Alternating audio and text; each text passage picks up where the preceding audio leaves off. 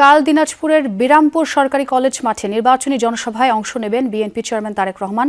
প্রস্তুতি কেমন চলছে, কতটুকু সম্পন্ন হলো, সহকর্মী মুরাদ ইমাম কবির সেই খবরই আমাদের জানাবেন। কবির, আপনাকে দেখতে পাচ্ছি, যে জনসভার কথা আমরা বলছি সেটি কতটুকু প্রস্তুতি সম্পন্ন হয়েছে এবং যারা জড়ো হয়েছেন সেখানে বা জড়ো হবেন তারা কতটুকু আসলে প্রত্যাশা নিয়ে মুখিয়ে আছেন?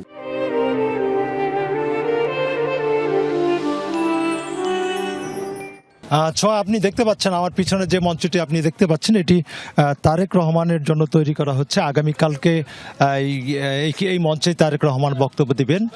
উনি দিনাজপুরে আসবেন 2:20 এর আগে উনি যাবেন ঠাকুরগা থেকে নীলফামারী হয়ে সেখান থেকে হেলিকপ্টার যোগে এই বিরামপুরে এসে পৌঁছাবে। উনি আসার জন্য যে হেলিকপ্টার ব্যবহার করবেন সেজন্য এখানে হেলিপ্যাডও তৈরি হচ্ছে। পাশাপাশি মঞ্চ তৈরির কাজ চলছে। প্রায় 200 জন কারিগর এখানে মঞ্চ তৈরির কাজ করছে। আর এই মঞ্চটি ঢাকা থেকে কারিগর এনে এখানে কাজ করানো হচ্ছে। এখানে 75 ফিট লম্বা এবং 42 ফিট চওড়া মঞ্চ তৈরি করা হচ্ছে।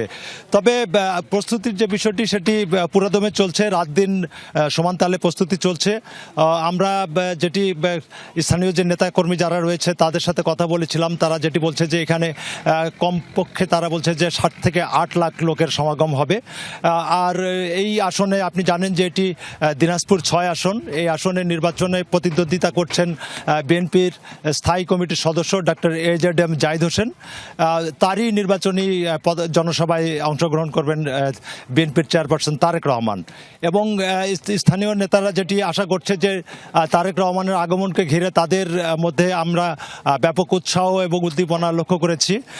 এবং তারা স্থানীয় নেতাকর্মীরাও যারা রয়েছে তারাও মোটামুটি বিভিন্ন পাড়া মহল্লায় তারা গণসংযোগ করছেন এবং তারা আশা করছে যে এই মাঠে তারা যেটি বলছে এই মাঠেই প্রয়াত প্রেসিডেন্ট জিয়াউর রহমান, শহীদ প্রেসিডেন্ট জিয়াউর রহমান এই মাঠে বক্তব্য দিয়েছিলেন। উনি 1979 সালে এই মাঠে এসেছিলেন। এরপরে তার মা খালেদা জিয়াও এই মাঠে বক্তব্য রেখেছেন। আগামীকালকে তারেক রহমান এই মাঠে বক্তব্য রাখবেন। তো যারা স্থানীয় নেতাকর্মী যারা রয়েছে তারা তারেক রহমানের আগমনকে কেন্দ্র করে তারা উচ্ছ্বসিত এবং তারা আশা করছে এই নির্বাচনী যে বিরামপুর সরকারি কলেজ মাঠ সেটি কানায় কানায় ভরে উঠবে কর্মী সমর্থকদের। কবির, আমরা দেখতে পাচ্ছিলাম যে এই মঞ্চ তৈরির কাজ সেটিও আসলে পুরোদমই চলছে। অনেক ধন্যবাদ আপনাকে কবির সেই খবর আমাদের জানানোর জন্য।